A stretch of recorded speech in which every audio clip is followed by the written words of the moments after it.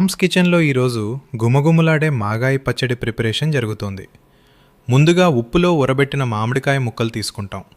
ఈ ముక్కలు ముందే ఉప్పులో ఉరబెట్టినవే కాబట్టి మళ్ళీ ఉప్పు వేయాల్సిన అవసరం లేదు. ఇప్పుడు అందులో సరిపడా కారం, మెంతి పొడి వేసి బాగా కలిపి పెట్టుకుంటాం. ఆ తర్వాత నువ్వుల నూనె కొంచెం వేడి చేస్తాం. అందులో ఎండుమిరపకాయలు, ఆవాలు తాలింపు వేసి చివరగా కొంచెం ఇంగువ వేస్తాం. ఈ తాలింపును మనం ముందుగా కలిపి పెట్టుకున్న మాగాయ మిశ్రమంలో వేసి బాగా కలుపుకుంటాం. ఇలా కలిపిన తర్వాత 1-2 రోజులు ఉరనిస్తే గుమగుమలాడే మాగాయ పచ్చడి రెడీ అవుతుంది. ఈ పచ్చడిని ఉల్లిపాయతో లేదా మిరపకాయలతో నంచుకుని తింటే చాలా రుచిగా ఉంటుంది. ఈ మామిడికాయ ముక్కలు ఉరబట్టే విధానం రెసిపీ కావాలంటే మా ఛానల్ని ఫాలో చేసి లైక్ చేయండి. ఇలాంటి హోమ్మేడ్ స్పెషల్ ఐటమ్స్ కోసం మామ్స్ కిచెన్ పేజీని ఫాలో అవ్వండి. ఆర్డర్ చేయాలంటే మాకు డైరెక్ట్ మెసేజ్ చేయండి.